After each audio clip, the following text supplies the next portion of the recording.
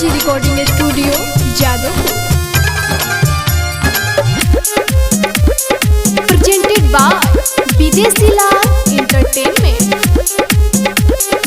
Music by Mohan Yadav.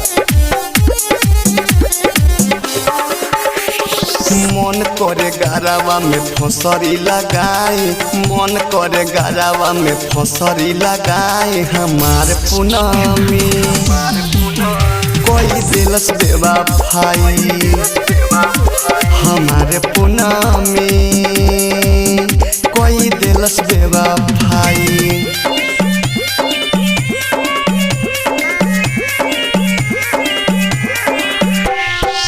Music by Mohan Yadav. Balaji recording studio Jadavpur. Presented by Videshi Lal entertainment.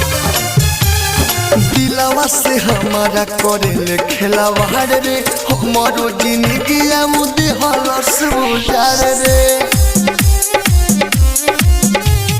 दिलवा से हमारा करे ले खेलावाड़ रे, हमारो जिंदगी मुदे हलस उजार रे। यादव कर हमारा के लागता मुआई, यादव कर हमारा के लागता मुआई। हमारे पूनमी कोई दिलस बेवा भाई, हमारे पूनमी कोई दिलस बेवा भाई। Presented by Videshi Lal entertainment. Music by Mohan Yadav.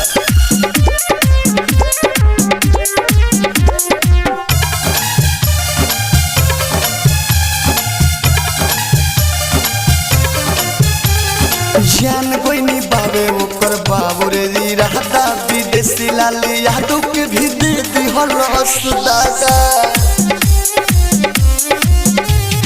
जान कोई नहीं बाबे ओकर बाबू रे रहता, विदेशी लाल यादव के भी दे दी हलस दागा।